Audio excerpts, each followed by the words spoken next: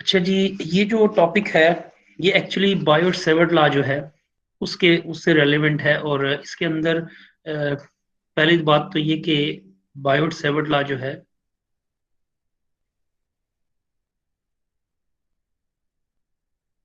ये है क्या, आप इसको ना रिलेट कर सकते हैं या इसको कह सकते हैं जैसे ये मैग्नीटोस्टैटिक है ना, तो जो काम मैग्नीटोस्टैटिक के अंदर बायोट सेवर्ट लॉ करता है यही काम इलेक्ट्रोस्टैटिक्स के अंदर कूलम्स ला करता रहा है। ठीक है जी।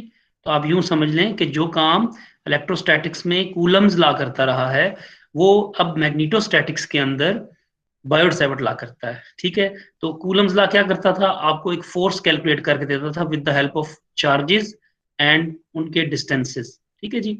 और उसके साथ साथ एक एप्सिलॉन की टर्म इसके अंदर इंट्रोड्यूस हुई थी, यानी मटेरियल की नेचर के बारे में जो डिफ्रेंसिएशन थी वो बताया गया था। और इससे फिर हम फील्ड की तरफ गए थे, यानी इस फोर्स से हमने फील्ड बनाए थे। याद रखिएगा मैंने आपको पहले बताया था कि जब हम फोर्स मालूम करते हैं तो इसके पीछे एक फील्ड होती है। एक्चुअली अगर आपसे कोई ये पूछे कि कॉज और इफेक्ट, तो आप याद रखिएगा फोर्स आपके पास इफेक्ट होता है और इसका कॉज जो है वो एक फील्ड होती है। ठीक है। असल चीज जो है वो हमारे पास फील्ड है, फील्ड की वजह से हम एक फोर्स की तरफ जाते हैं। तो कूलम्स फोर्स मालूम की गई थी, तो यहां से फिर हमने इलेक्ट्रोस्टैटिक फोर्स या इलेक्ट्रिक फील्ड जो है वो हमने कैलकुलेट की थी। अब बायोट सेवर्ट लॉ जो है ये भी हमें इसी तरह की एक चीज के बारे में बताएगा, ये भी हमें फोर्स और देन फील्ड की तरफ लेके जाएगा। तो इससे पहले थोड़ा सा ना आपको पता होना चाहिए कि स्टीडी करंट क्या चीज होती है। तो जैसे आपके पास स्टेशनरी चार्जेस हो ना,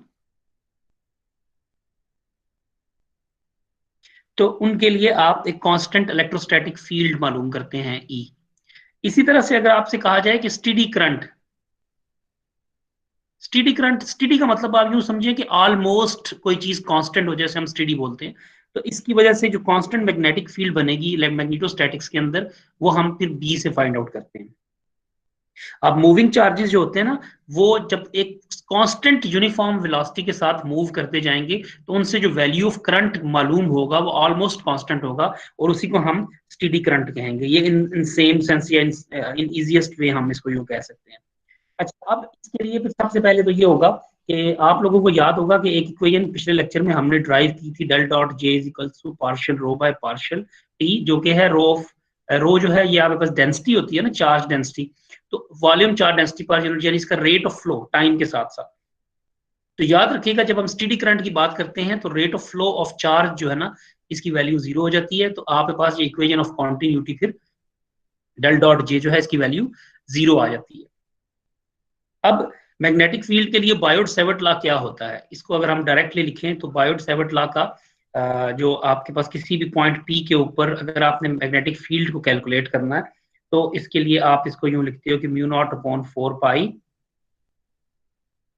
आई cross R over R square. ठीक है। इनटू ये आर जो है ना, ये आप यूनिट वेक्टर ले सकते हैं, into the length element DL.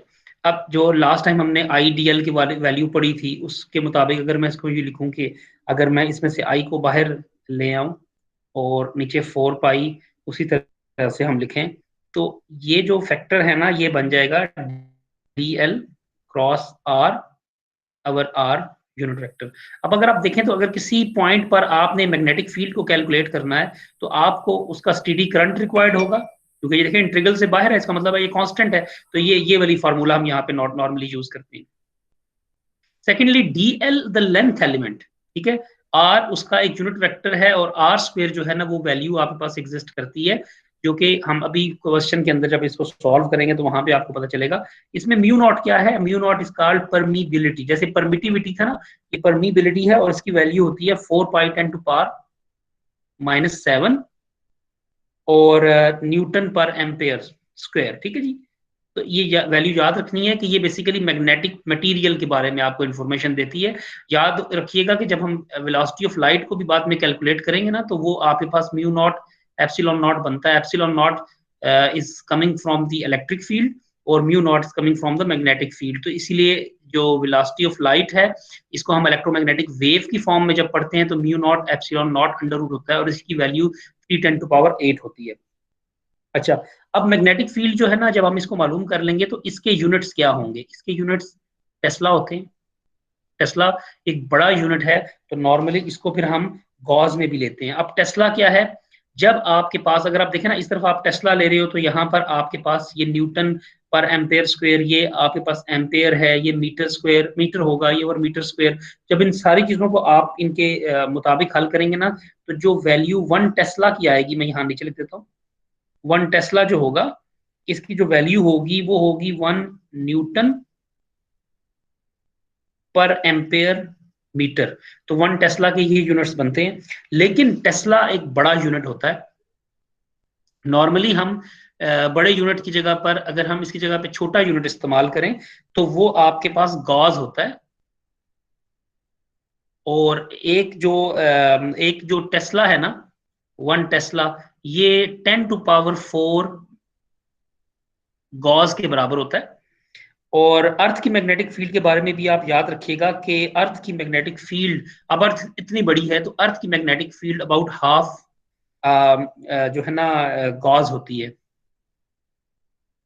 ठीक है, हाफ गॉस। ठीक है, तो टेस्ला इतना एक बड़ा यूनिट है। अब मैग्नेटिक फील्ड के इफेक्ट, स्ट्रॉन्गर इफेक्ट भी हम लेबोरेटरी के अंदर यूज करते हैं। 10,000 टेस्ला तक की मैग्नेटिक फील्ड भी होती है, लेकिन वो इलेक्ट्रोमैग्नेट्स की वजह से बनती है। अर्थ जैसी एक बड़ी ऑब्जेक्ट का जो मैग्नेटिक फील्ड है, अर्थ की जैसे नॉर्थ एंड साउथ पोल है, तो अर्थ की magnetic field about half gauss है। और अब इसके लिए आप ये याद रखिएगा कि बायोट सेवर्ट लॉ जो है ना, वो बेसिकली, अब ये बात हमें समझ आ गई कि बायोट सेवर्ट लॉ जो काम इलेक्ट्रोस्टैटिक्स में कूलम्स लॉ करता है, वही मैग्नेटोस्टैटिक्स के अंदर गॉसेस लॉ परफॉर्म करता है। अब एक छोटा सा क्वेश्चन है, कहता है कि जी मैग्नेटिक फील्ड आप मालूम करें, यानी क्वेश्चन को अंडरस्टैंड कीजिएगा कि आपने मैग्नेटिक फील्ड की वैल्यू को कैलकुलेट करना है किसी स्ट्रेट वायर के ऊपर से जिसमें से स्टेडी करंट फ्लो कर रहा है। मैं यहाँ बना देता हूँ, लेट्स सी, ये आपके पास वो स्ट्रेट वायर है, इसमें से करंट आई जो है वो फ्लो कर रहा है। तो आपको एक पॉइंट दिया जाता है, लेट्स से वो ये वाला पॉइंट है। इस पॉइंट पी के ऊपर आपने मैग्नेटिक फील्ड की वैल्यू को कैलकुलेट करना है। अब ये जो पॉइंट है ना, ये यहां से लेकर अगर मैं इसको on the surface of the wire लूं, अच्छा ये पूरी वायर है, ये वायर सेगमेंट है, इससे आगे भी ये वायर जा रही है लेट से, लेकिन हम उसका एक पार्ट ले रहे हैं। तो ये जो डिस्टेंस है ना, इसको लेट से आप जी बोल दो। ये जो डिस्टेंस है, लेट से आप यहाँ पर ना एक छोटा सा पैच लेते हो, इस पैच को आप बोलते हो कि ये लेंथ एलिमेंट है DL, ठीक है। अब ये जो डिस्टेंस, इसको आप इस पॉइंट के साथ जब मिलाओगे ना यहां से, तो इसको आप लेट से एक वेक्टर R कह देते हो। ये जो एंगल है ये थीटा है, और ये जो एक्सटीरियर एंगल है लेट से, इसको आप कोई एंगल साई बोल दो अपने आसानी के लिए। ये जो लेंथ थी, length of the wire segment है, इसको लेट से आप L बोल देते हो। तो अब आपने जो बायोट सेवर्ट लॉ पीछे देखा है, बायोट सेवर्ट लॉ हमने जो लिखा था, B of P is equals to mu naught I upon 4 pi DL cross R power R square. तो अब आपने एक्चुअली जो है ना मालूम जो करना है, वो करना है DL cross R unit vector, ठीक है जी। अब DL cross R unit vector जो है ना, इसको अगर हम DL क्रॉस R को मालूम करें ना, तो ये दो वेक्टर्स के डॉट प्रोडक्ट हैं और ये आउट ऑफ द पेज होंगे। फॉर एग्जांपल अगर मैं DL को लिखूं तो मैं इसको मैग्नीट्यूड की फॉर्म में यूं लिख सकता हूं, DL साइन थीटा, क्योंकि आपके पास R और ये L है, इनके दरमियान ये थीटा। अच्छा, अब ये अगर मैं इसको थीटा को DL साइन थीटा नहीं सॉरी DL साइन साई, अच्छा अगर मैं साई को और थीटा को मिलाऊं तो ये जो अंदर वाला एंगल होगा ये कितना होगा, इसको अगर आप मालूम कर लें, ये 90 डिग्री है, ये थीटा है, तो ये 90 माइनस थीटा हो जाएगा, क्योंकि इंटीरियर एंगल जो है 180 होंगे। तो अगर ये साई जो है, इसको मैं कह सकता हूँ कि ये 90 माइनस थीटा हो गया। तो अगर साइन 90 माइनस थीटा हो तो ये आपको पता है कि ये किस में कन्वर्ट हो जाता है, कॉज ऑफ थीटा में। इसको आप बना के भी देख सकते हो आसानी के लिए। फॉर एग्जांपल साइन ये वेक्टर बनाता है ऐसे, अगर इसमें से मैं 90 डिग्री माइनस कर दूं तो इसका मतलब है कि स्टार्टिंग पॉइंट ये हो जाएगा, ये वाला पॉइंट खत्म हो जाएगा सारा। अब यहाँ से अगर एक चीज मैक्सिमम से स्टार्ट होकर आगे जा रही है और आगे बढ़ती चली जाएगी यू, तो ये कॉज ऑफ थीटा में कन्वर्ट हो गया ना फिर। तो इसलिए अगर आप 90 में थीटा में से 90 को माइनस करेंगे या प्लस करेंगे, प्लस माइनस 90 माइनस थीटा जो होगा वो हमेशा उसको साइन को कॉस को और कॉस को साइन में कन्वर्ट कर देता है। अच्छा, अब इसको मैं अगर पुट करूं तो ये डीएल कॉस ऑफ थीटा बन जाएगा। अच्छा, अब यहां से ना आप इस इक्वेशन में से अगर आप निकालें तो ये थीटा के सामने होता है perpendicular, perpendicular upon base, that is called your tangent theta. अच्छा, यहां से अगर आप एल को निकाल लें तो ये बनेगा Z of tangent theta. Z of tangent theta जो है ना, इसी से अगर आप डी एल की वैल्यू को कैलकुलेट कर लें तो ये जी टेंजेंट का होता है सीकेंड स्क्वायर थीटा, और सीकेंड स्क्वायर थीटा डी थीटा, सीकेंड को अगर हम इन्वर्ट करके लिखें तो ये कॉस स्क्वायर ऑफ थीटा बनेगा साथ इसका, क्योंकि हमने डी एल को लिया है derivative with respect to theta, Z constant है, D L by D theta is equal to secant square theta, और वो 1/cos स्क्वायर थीटा बन जाएगा। तो डी एल की वैल्यू आपके पास आ जाती है G by cos square theta D theta. अच्छा, अब अगर हम कॉस की वैल्यू को भी कैलकुलेट करने की कोशिश करें इसकी मदद से, तो कॉस क्या होता है, बेस अपाई हाइपोटेन्यूज। तो बेस आपके पास यहाँ पर है जी और हाइपोटेन्यूज है यहाँ पे आपके पास आर। तो कॉस ऑफ थीटा की जो वैल्यू आपके पास बनेगी ना, वो क्या बनेगी, बेस क्या है जी अवर आर, तो कॉस ऑफ थीटा की वैल्यू ये आ जाती है। अच्छा, इसी तरीकाकार को अगर हम इस्तेमाल करें और हम ये कहें कि लेट से अगर हमने आर स्क्वेयर, क्योंकि यहाँ पे अब आर स्क्वेयर भी एक चीज है, इसको भी मालूम करना है, तो आर स्क्वेयर के लिए हम जी को दूसरी तरफ ले जाएं तो 1/r स्क्वेयर जो है इसकी वैल्यू आ जाएगी cos square theta by G square. देखिए ये 1/r है ना, इसका यहाँ पे स्क्वेयर लेंगे तो जी स्क्वेयर और कॉस स्क्वेयर थीटा, जी स्क्वेयर को दूसरी तरफ ले जाए तो 1/r स्क्वेयर आपके पास ये टर्म बचती है। अच्छा, अब अगर आप इसको थोड़ा सा और एलोबरेट करें तो आपको पता चलेगा कि अब अगर मैं यहाँ पे बी की वैल्यू में ये वैल्यूज पुट करूं जो कि हम मैग्नेटिक फील्ड को कैलकुलेट करने जा रहे हैं, तो म्यू नॉट आई अपॉन 4 पाई। अब यहाँ पे हमें लिमिट्स का नहीं पता तो हम लेट से लिमिट लेते हैं θ1 से लेकर θ2, 0.1 से लेकर 0.2, लेकिन यहाँ पे क्योंकि एंगल की बात हम कर रहे हैं, अब हमने इसके अंदर वैल्यूज पुट करनी है, डीएल की वैल्यू पुट करनी है, कॉस थीटा की वैल्यू पुट करनी है, तो मैं वो वैल्यू 1/1 पुट करता हूँ, cos square theta by G square, ये बेसिकली वैल्यू है 1/r स्क्वायर की, और इसके साथ हमने वैल्यू पुट करनी है डीएल की, वो हो जाएगी G by cos square of theta, और इसके साथ हमने पुट कर दिया कॉस ऑफ थीटा और डी थीटा, वो जो शुरू में साइन थीटा को हमने कन्वर्ट किया है। तो ये सारी चीजें जो हैं ये इनसे अगर आप देखें तो ये कुछ कैंसिल आउट हो जाएंगी, जो रिमेनिंग रह जाएगा आपके पास अगर आप इसको देखेंगे तो ये म्यू नॉट आई अपॉन 4 पाई जी, ये बाहर आ गया θ1 से θ2, तो यहाँ पर आपके पास क्या फैक्टर रह जाता है, सिर्फ cos of theta D theta, और जो मेरा ख्याल है कि आपको इंटीग्रेशन में पता है कि इसकी वैल्यू जो है वो आपके पास आ जाएगी साइन ऑफ थीटा, और θ1 से θ2 मैं डायरेक्ट इसको लिख देता हूँ यू। तो अब इस वैल्यू को अगर आप फॉर एग्जांपल जब आप इसको सॉल्व करते हैं तो आप कहते हैं जो पिछली इक्वेशन में हमने देखा था कि एक स्ट्रेट वायर है, तो वो अगर एक वायर जो यहाँ से लेकर दूसरी साइड तक चली जाए तो उसका एंगल जो होगा ना वो 180 होगा। तो इसके लिए वो इस थीटा की वैल्यू जो है जब हम इसको प्रैक्टिकली देखते हैं तो थीटा की वैल्यू प्लस माइनस π/2, यानी θ1 अगर माइनस π/2 है तो θ2 की वैल्यू जो होगी वो π/2 हो जाएगी। तो इस तरीकाकार से हम अगर इस मैग्नेटिक फील्ड को कैलकुलेट करें तो आपके पास जो रिजल्ट आ जाएगा, इनकी जगह पर आप जब वैल्यूज पुट करेंगे तो आपके पास जो रिजल्ट फाइनल बनेगा म्यू नॉट आई बाय 2 पाई जी, यानी इस सारे का फैक्टर 2 आएगा और वो 4 से 2 कैंसिल होगा तो आपके पास 2 की वैल्यू रह जाएगी। तो इस तरीकाकार से हमने मैग्नेटिक फील्ड को कैलकुलेट कर लिया फॉर अ लॉन्ग वायर। अच्छा, इसी से ना अब हम, मैंने आपसे कहा था कि मैग्नेटोस्टैटिक्स के अंदर भी हम फोर्स मालूम करेंगे ना, ये मैग्नेटिक फील्ड मालूम किया तो इससे बनने वाली फोर्स, क्योंकि इस ये कॉज है तो इसका इफेक्ट फोर्स में आएगा।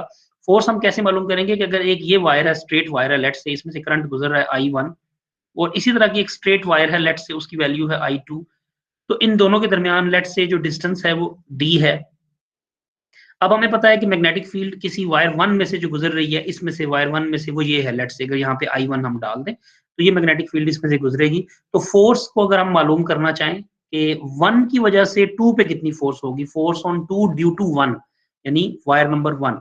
तो वो हम उसके लिए फार्मूला यूज करेंगे IL क्रॉस B या ILB साइन ऑफ थीटा वाला। साइन थीटा की वैल्यू को अगर हम मैक्सिमम वैल्यू के लिए 1 पुट कर दें तो ILB हमारे पास रह जाएगा। अच्छा, अब इसमें जो I है वो स्टेडी करंट है, वो तो बाहर होगा। L की जगह पर हमें DL लिखना पड़ेगा, स्मॉल लेंथ ऑफ एलिमेंट के ऊपर जो हम इसको अप्लाई करेंगे। और मैग्नेटिक फील्ड P ये हम कैलकुलेट कर चुके हैं यहाँ पर। तो इसको पुट ऐसे करेंगे कि ये वाला जो I है ना, ये वाला जो लिखा हुआ नीचे, ये होगा I2, और I1 की जगह पर अब हम लिखेंगे mu naught I1 upon 2 pi, let's say इनके दरमियान का जो डिस्टेंस है वो d है। तो अब इंटीग्रेशन जो अप्लाई हो रही है वो सिर्फ dl पे ऑपरेट होगी। ठीक है जी, dl लेंथ एलिमेंट। तो लेंथ एलिमेंट के ऊपर जब आप इसको ऑपरेट करेंगे तो अब आप इसकी वैल्यू जो है, टोटल वैल्यू जो है वो आप इसके लेंथ से आप L पुट कर सकते हो, D पुट कर सकते हो। जब आप इसको पर यूनिट लेंथ के लिए कैलकुलेट करोगे ना, तो वो मैग्नेटिक फील्ड की वैल्यू आपके पास आ जाएगी